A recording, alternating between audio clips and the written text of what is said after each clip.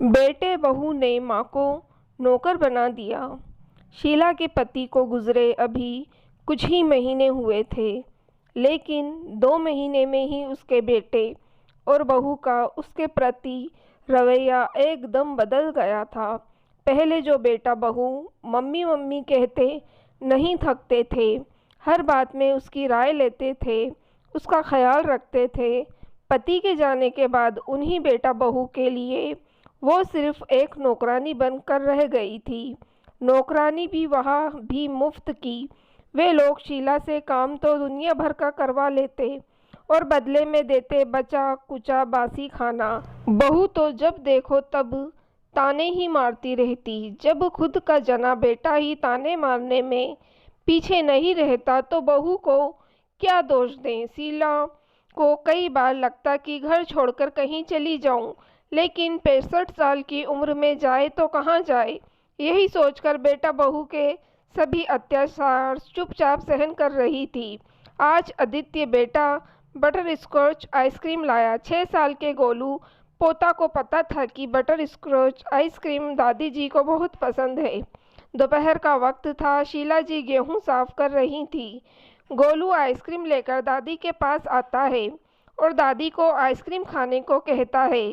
शीला मना कर देती है। खाओ ना दादी माँ, आपको तो बटर स्कॉच आइसक्रीम बहुत पसंद है। नहीं बेटा, अब मुझे आइसक्रीम ही पसंद नहीं है, तुम खाओ। दादी माँ, मुझे पता है कि मम्मी पापा आपको अच्छा खाना ही नहीं देते और खूब डांटते भी हैं। नहीं बेटा, ऐसी कोई बात नहीं है। मैं अब बूढ़ी हो गई हूँ ना, इसलिए अब मेरे से काम बराबर होता नहीं।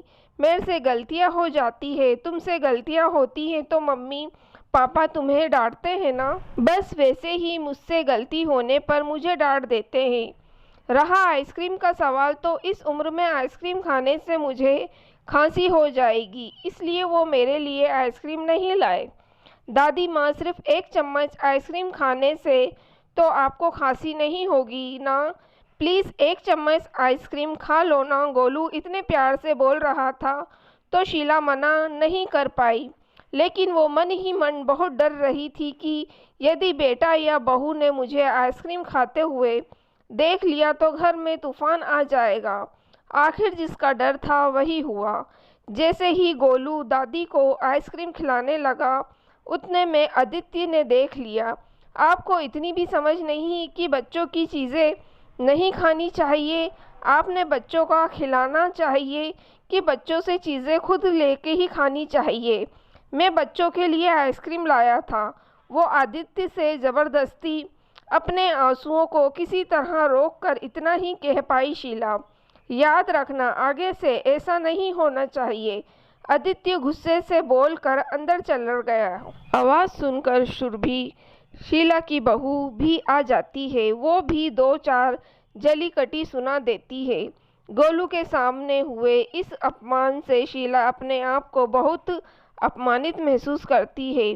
गोलू भी डर जाता है। गेहूं साफ करने के बाद वो अपने कमरे में आ जाती है। वो सोचने लगती है कि ऐसा क्या करूं जिससे मेरी गलतियों का प्रायश्चित हो। सचमुच मुझे बच्चों की आइसक्रीम नहीं खानी चाहिए थी, क्योंकि चाहे कुछ भी हो जाए, लेकिन गोलू की नज़र में अपने पापा की कीमत कम नहीं होनी चाहिए। लेकिन गलती तो हो गई, अब क्या करूं? हे राम, मुझे कोई रास्ता दिखा। मन ही मन ऐसी प्रार्थना करते हुए वो अपनी राम नाम लिखने वाली कॉपी में बैठ जाती है।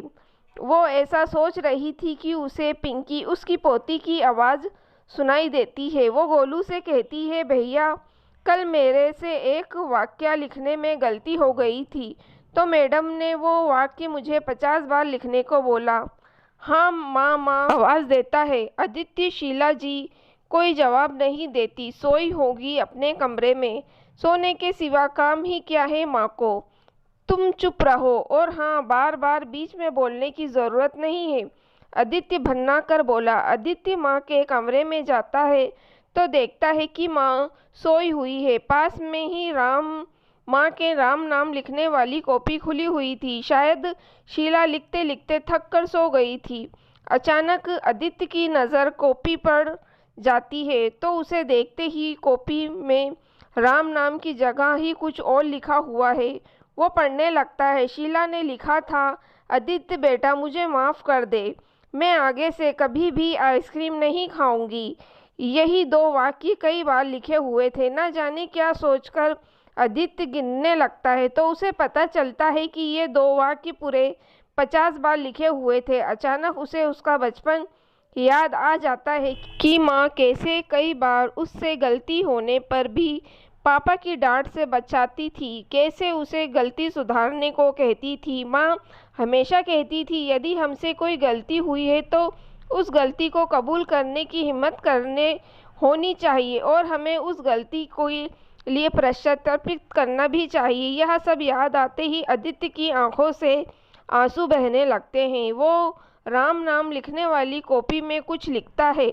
लिखने के बाद जैसे ही वो जाने लगता है उतने में शीला की नींद खुल जाती है। आदित्य तुम कुछ काम था क्या बेटा?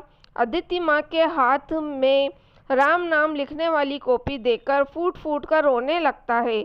शीला कॉपी देखती है तो उसमें आदित्य ने लिखा था, माँ मुझे माफ़ कर दो, मैंने आपसे बहुत गलत तरीके से बात की है। आगे से मैं मुझसे ये गलती कभी नहीं होगी। ये एक ही बात आदित्य ने कई बार लिखी थी। शीला ने गिनती की तो 50 बार। 2 महीने से माँ बेटे के रिश्ते में जो खटास आई हुई थी वो खटास गलती पर प्रायश्चित करने से, माफ़ी मांगने से अचानक मिठास में बदल गई। यदि सच्चे दिल से माफ़ी मांगी और दी जाए तो कोई भी रिश्ता टूटता ही बना सकता है। बुढ़ापा एक बच्चे के समान होता है। जो माँ बाप बूढ़े हो जाएं तो समझ लें आपका बचपन वापस आ गया है और अपना बचपन याद करके माँ बाप के साथ ऐसे ही पेश आएं जैसे वो आपके पास प्यार से पेश आते थे। माँ बाप को बिना भी कभी डांटे फटकारे नहीं, वो अपने बच्चों का रवैया बर्दाश्त नहीं कर पाते हैं। दोस्तों अगर आपको कहानी पसंद आई हो तो प्लीज़ आप मेरे चैनल को सब्सक्राइब ज़रूर कीजिएगा और मेरी वीडियो को लाइक और शेयर भी ज़रूर कीजिएगा। Thank you for watching.